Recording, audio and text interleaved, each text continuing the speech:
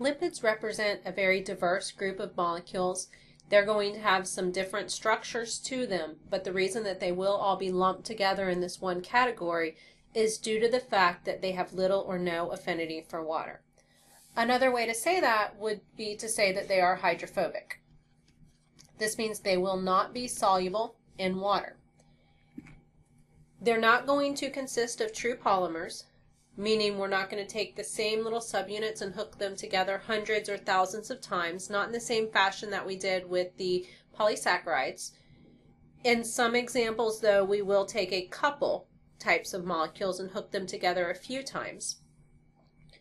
And one of the reasons that they're going to be hydrophobic, or the reason that they're hydrophobic, is because they are composed mainly of hydrocarbons. If you recall, when we talked about hydrocarbons in Chapter 4, those hydrocarbons have bonds with hydrogens to carbons and then also carbons to carbons. In either case, these are going to be nonpolar covalent bonds. Whenever you have nonpolar covalent bonds, those electrons will be held right down the middle, which means that we're not going to get any separation of charge. If there are no separations of charges, then there is nothing for the water molecule to interact with here. So the fact that we have all of these nonpolar covalent bonds scattered throughout these molecules is going to cause them to not be soluble in water or to be hydrophobic. As far as the molecules that are going to be included in this group, it will include fat molecules, it will include fatty acids, we'll have phospholipids, and we'll have steroids as well. And we'll talk about each of these groups of molecules and what their overall structure is. We're going to start with the fatty acids. And the fatty acids, first off, do contain one carboxyl functional group at one end of the molecule. So this is going to be a long linear molecule. Notice that these are fatty acids and they will contain the acid functional group that we talked about at the end of Chapter 4.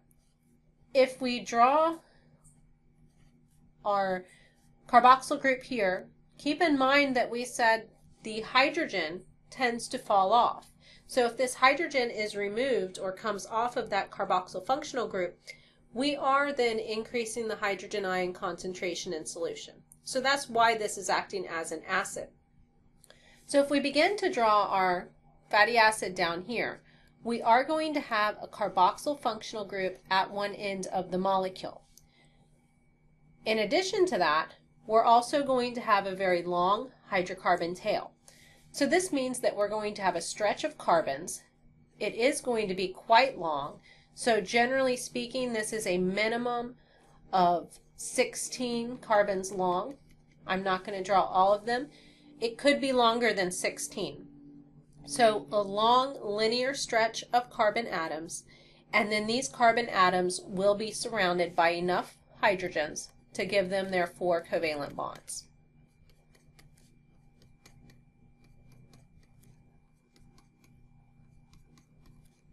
Okay, so as I go through here and draw this, it does kind of emphasize why at times those skeletal formulas become very useful. Because if we have a skeletal formula that we're using, we're going to save a lot of time here. If we show this with a skeletal formula, we're going to have this type of structure. So that would be my long hydrocarbon tail, and then we can put our carboxyl group here with our double bond to our oxygen and our OH coming off down there. So that would be a fatty acid represented in a skeletal formula. If we look at some nicer drawings of them here, you can see how we've got a carboxyl group on one end of the molecule and then a very long stretch of carbons. Skeletal formula is down below that. Now we can take these fatty acids, and depending on the bonds within that tail area, we can classify them as being either saturated fatty acids or unsaturated fatty acids. This is going to be due to the location or presence even of double bonds within that hydrocarbon tail. So what we're seeing on this slide right here is pretty much what we just drew. These are going to be the saturated fatty acids. Now when we say saturated fatty acids, what they are saturated with is hydrogen atoms.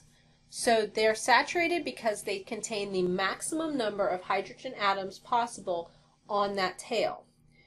The reason that they're containing the maximum number is because essentially they have no double bonds present within that tail. Now we are talking about the actual tail, so we're talking about this area right here. We're definitely not talking about the carboxyl group when we're looking for the double bonds, because we will always have a double bond in the carboxyl group. Now single bonds are very flexible. They allow a lot of rotation, and so if you have a lot of saturated fatty acids together, they will pack together very tightly. What this means is that these are going to be solids at room temperature, like the butter that you see in this slide, and these are your animal-based fats. Okay, so these are from animals, and they will be solids at room temperature. Another example of this would be lard. Okay, so as lard in a pan cools to room temperature, it is going to become solid. We take this and contrast it with the unsaturated fatty acids. The unsaturated fatty acids will have one or more double bonds within the hydrocarbon tail. So if we look at this tail here, or we look at it in the skeletal formula, notice that we do have some double bonds. So here would be one, and here would be another. So we're looking at double bonds between two of the carbons within the tail. And what this does is it reduces the number of hydrogens that you can pack on those participating carbons. So notice that for any of the carbons involved in those double bonds, now they only have one hydrogen attached to them. Double bonds create rigid structures. They do not allow free rotation of the atoms. And this means that now you have molecules that have bends in them. They will no longer pack as tightly together, so they'll stay more spread out, which essentially means that these are going to be liquids at room temperature. And these are from plants. Okay, so if you think about all of those plant-based oils, like olive oil, canola oil, peanut oil, those are all going to contain the unsaturated fatty acids.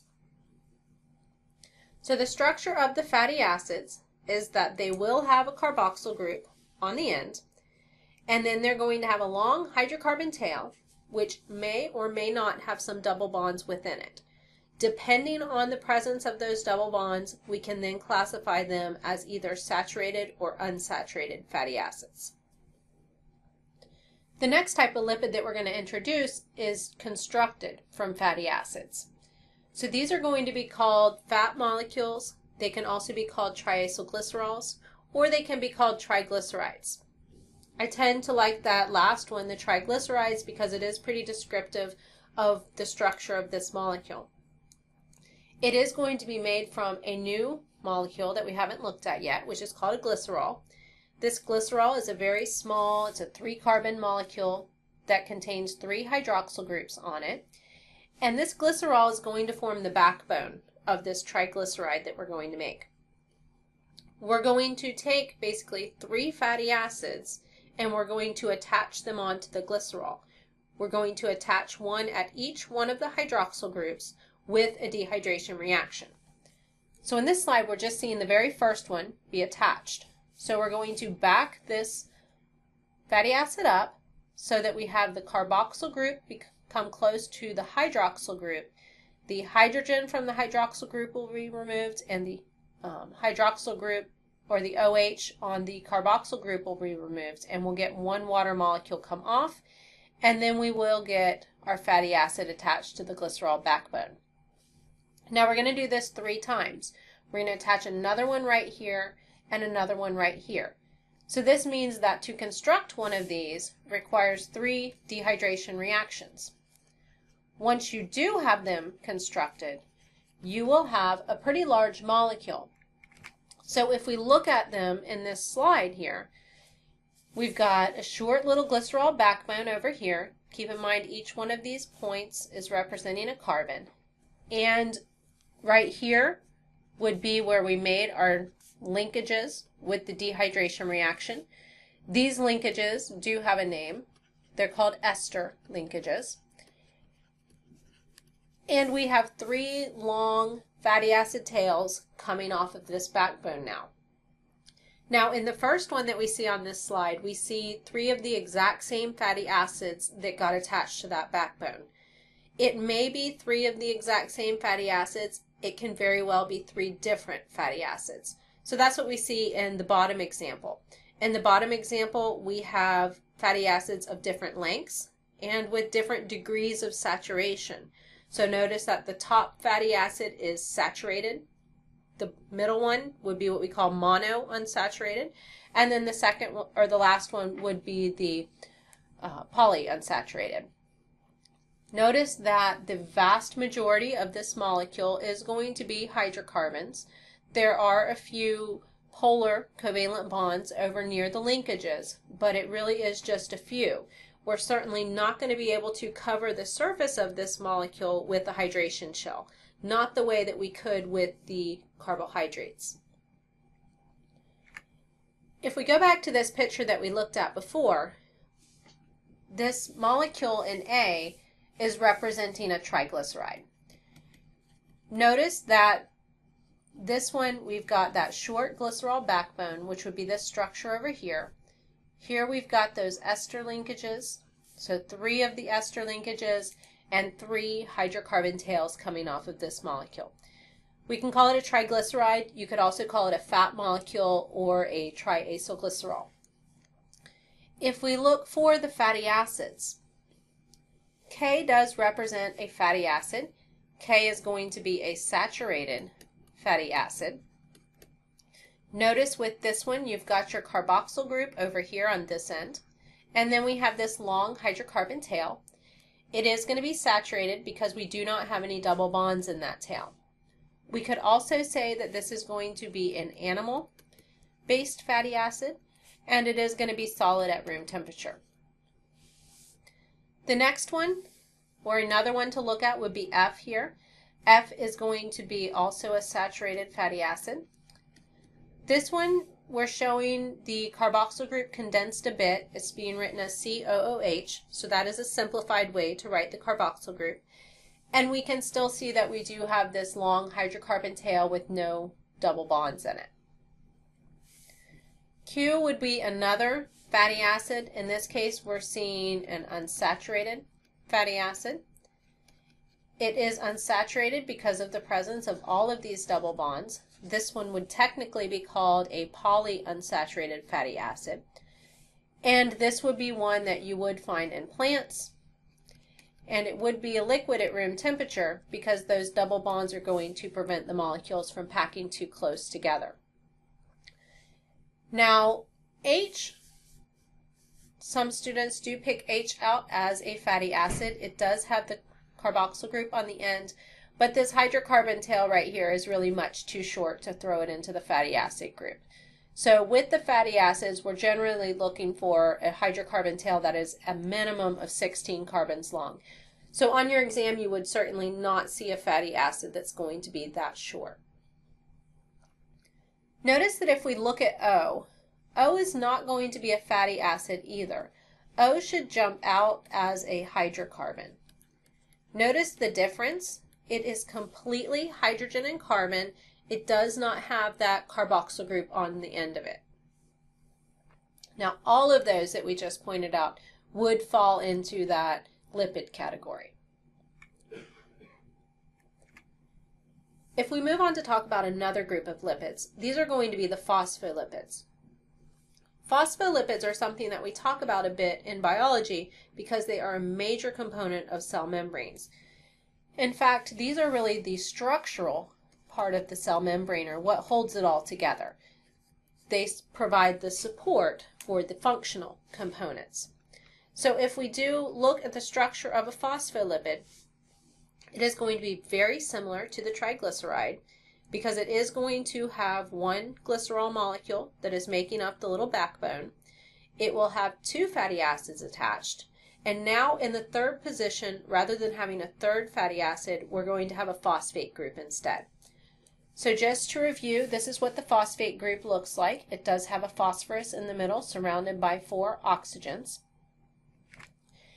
And if we throw up our phospholipid here, this would be our short glycerol backbone.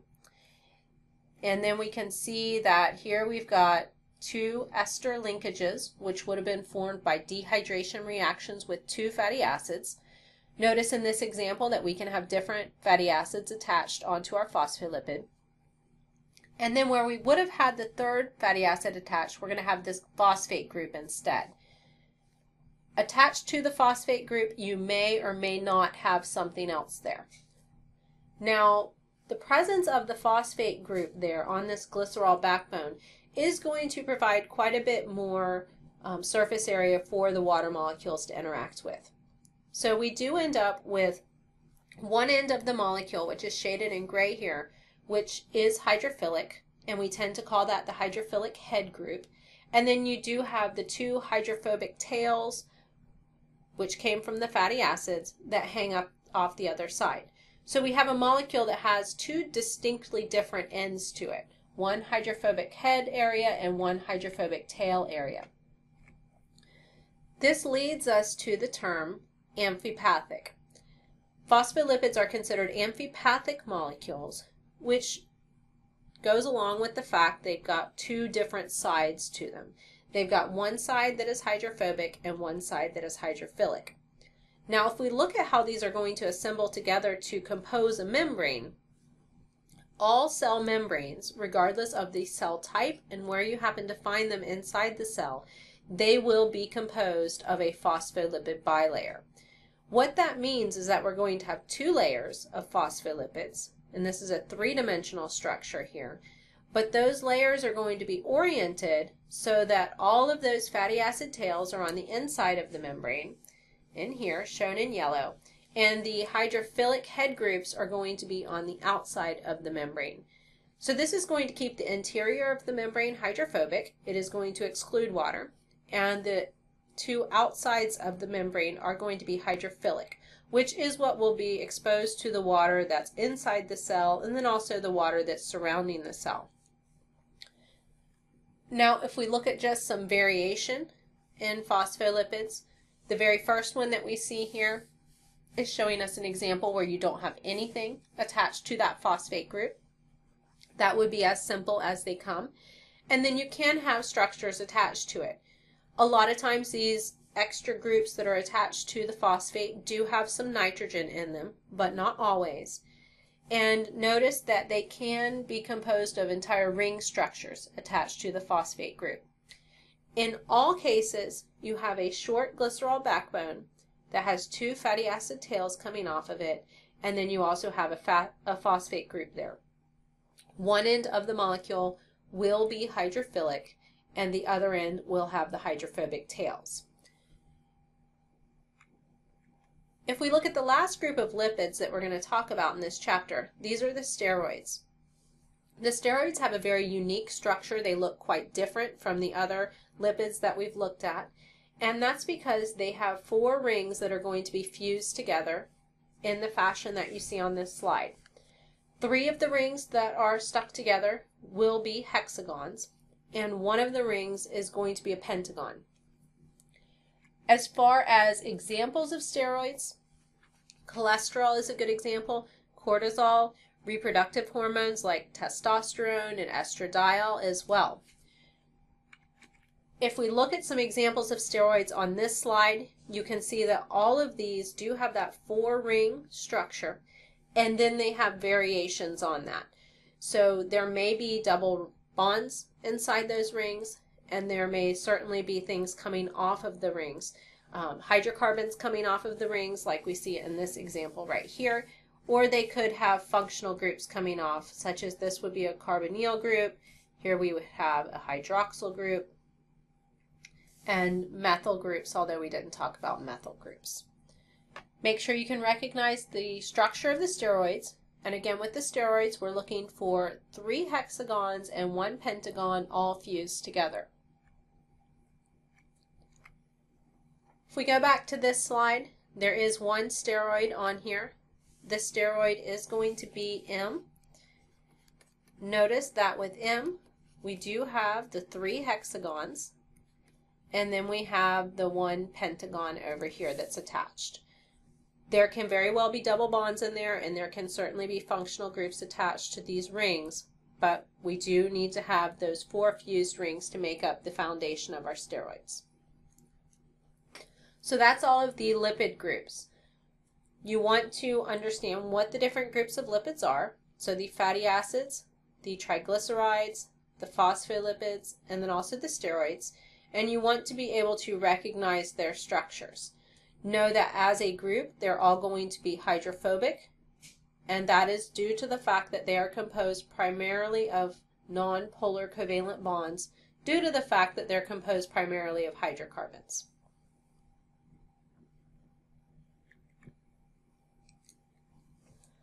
Proteins are a type of polymer that is very common inside the cell. In fact, if you were to take a cell and dehydrate it, get rid of all of the water, over half of what you would have left would be proteins. So there's certainly a lot of them inside the cell, and they are going to take on a lot of different roles inside the cell. They will be polymers, so we will have individual little subunits, which in this case, those subunits or the monomers that we have will be called amino acids. And they'll be hooked together many times using dehydration reactions. When we talk about proteins, we're generally talking about a few hundred to a few thousand amino acids joined together. Now this table right here is a table from your textbook, and it really just lists a lot of the different functions that proteins can take on inside of a cell.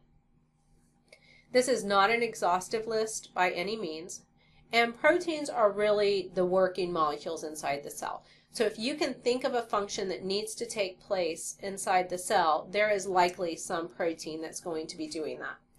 So just to run through the list here, there are enzymatic proteins. For the most part, enzymes are made up of proteins. There are a few exceptions to that we'll cover in later chapters, but that means that they are catalyzing reactions or helping to speed up chemical reactions. There are also some structural proteins, so ones that do provide support for various reasons. This could be things like spider webs are good examples of structural proteins. Our fingernails would be another one. There are storage proteins, so proteins that serve as food storage. If you think about an egg is a good source of protein because inside that egg, energy has been packed into those proteins to provide a food source for the developing embryo inside. We also have transport proteins. Their job is to help transport things around the body, or it could be transporting things within the cell or across a membrane. Hormones is another role that a lot of proteins take on. Insulin is a good example of that. There are receptor proteins. Receptor proteins help the cell to know what's going on. So they can tell the inside of the cell what's occurring on the outside of the cell. They can receive certain messages or stimuli from neighboring cells or compartments. We do have proteins that are involved in movement. So this can be movement of our muscles. It could also be movement of things within the cell. And then one last role that's listed here would be for defense. Antibodies, which are certainly very common in our cells, those are made up of proteins as well. So the point of this table is just to give you a very big picture of all of the roles that proteins can perform inside the cell. One reason that they're going to be able to perform so many different roles is because they will be able to take on a lot of unique, defined three-dimensional shapes. And the more shapes that a molecule can take on, the more functions that it can take on inside the cell. If we introduce a couple terms here, we want to make sure we understand the difference between a polypeptide and what we call a protein.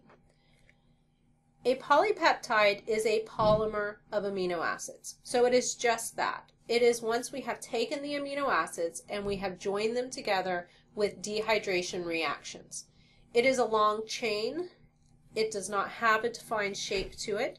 And because it does not have a defined shape, it does not have a defined function. A protein is the term we use once that polypeptide has been taken and carefully folded into the correct, proper three-dimensional shape. There are a number of steps involved in that folding process, and we will go through them in this chapter, but it is at that moment when it's perfectly folded that the protein does actually become functional. So in both cases, the polypeptide and the protein, they're both made up of amino acids joined together. It's just that the protein has had that extra folding step taken place, and now it does have its specific function inside the cell. If we talk now about the amino acids and what the structure of an amino acid is. Amino acids have two different functional groups in them. And really we ought to be able to pull those functional groups from the name amino acid. They're going to have the amino group, and then they're going to have the acid functional group, which was the carboxyl group. If we draw an amino acid here, amino acids are always going to have this one carbon in the middle, which is called the alpha carbon. Sometimes it's called the central carbon. Attached to that central or alpha carbon, on one side, we will have the amino group. Just to refresh your memories, that's what the amino group looks like. It has a nitrogen with two hydrogens attached to it. And then on the other side of the alpha carbon, we will have the carboxyl group. This alpha carbon will also have a hydrogen coming off of it, and then it will have something else, which a lot of times is called the R group. It can be called the R group. It can also be called the side chain. And that little boxed in area right there is going to be the variable part of the molecule. So all amino acids, and we will have 20 different amino acids that make up our proteins, all amino acids are going to have this central alpha carbon. They will have an amino group on one side of it, a carboxyl group on the other side, and then a hydrogen attached to it as well. Then they will have this R group, which will be quite variable, and we'll show some examples of that in a moment. Now, one thing we want to point out is we've talked a bit in this chapter already about the fact that this carboxyl group can act like an acid. Well, let's not forget about the fact that the amino group can act like a base. So that amino group, because it is very electronegative, the nitrogen, it tends to grab an extra hydrogen from solution. And that makes the amino group then have 3 hydrogens on it, and it is a little bit positive. And if we draw the carboxyl side, the carboxyl group can act like an acid because the oxygen can lose that hydrogen that's attached to it.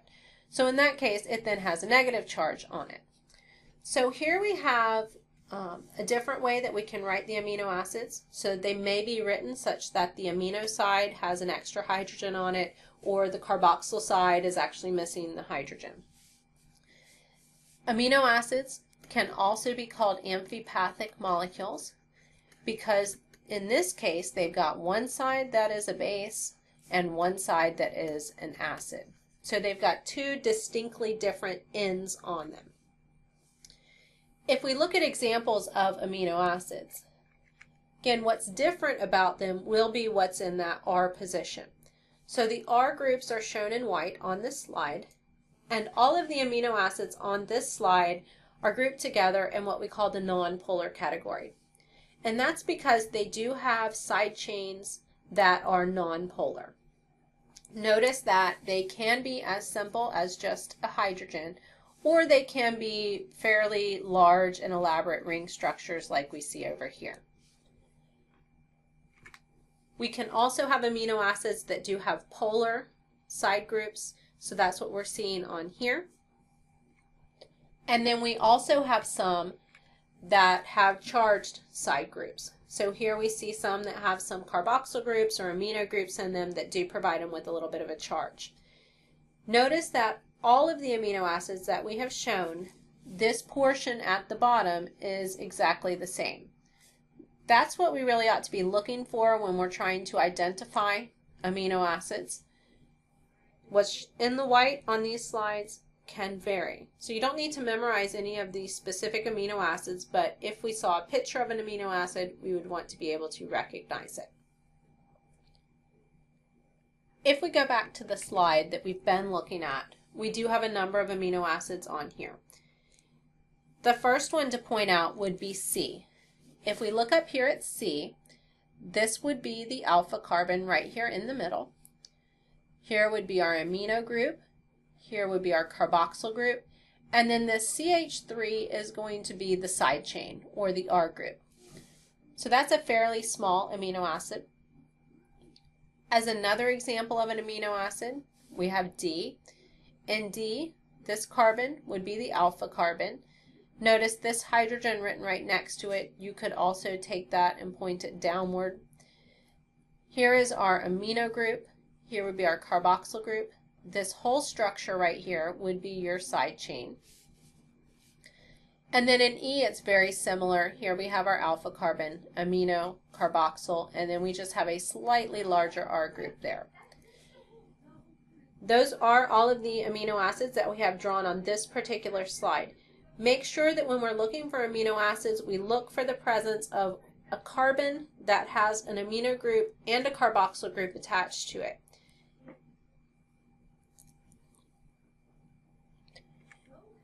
Now, when we're talking about making a polypeptide, we're going to take multiple amino acids and we will join them together.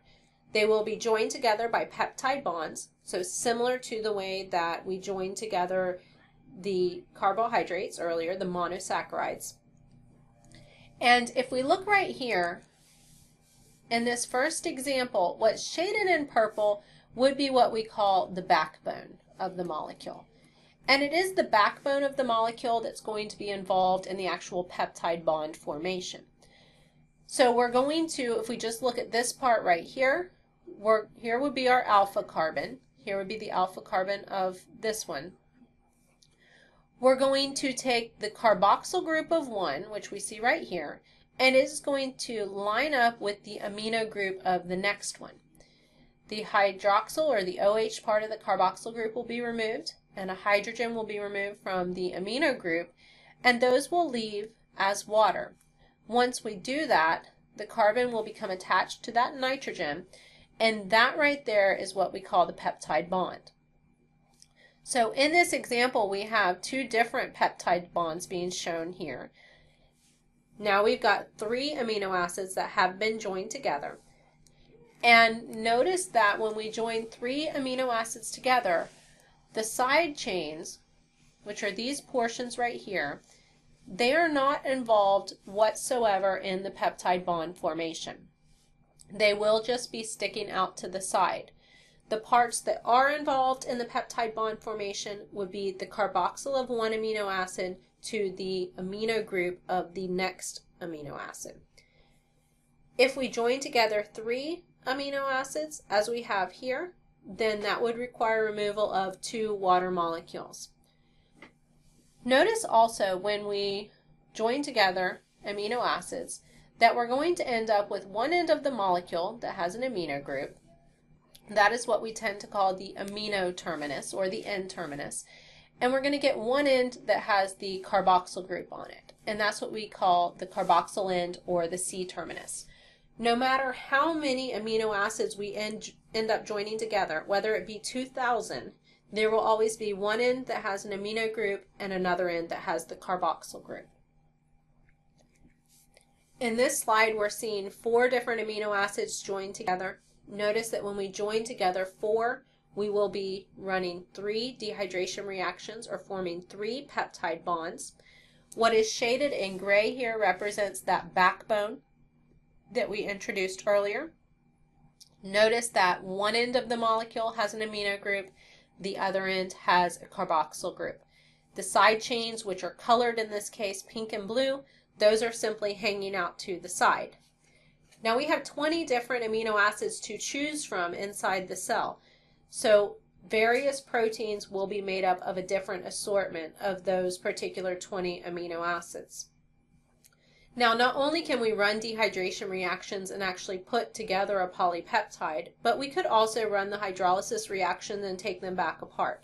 So if we were to take water molecules and basically force them in at each one of these peptide bonds, then we could get our 4 amino acids back again if we wanted to. So when we consume protein, That's one of the things that our cells are capable of doing, is basically running the hydrolysis reactions to get the amino acids out so that we can then make some proteins that we have need of in the cell. So if we need to make enzymes, we can do that. If we need to make storage proteins, we can do that.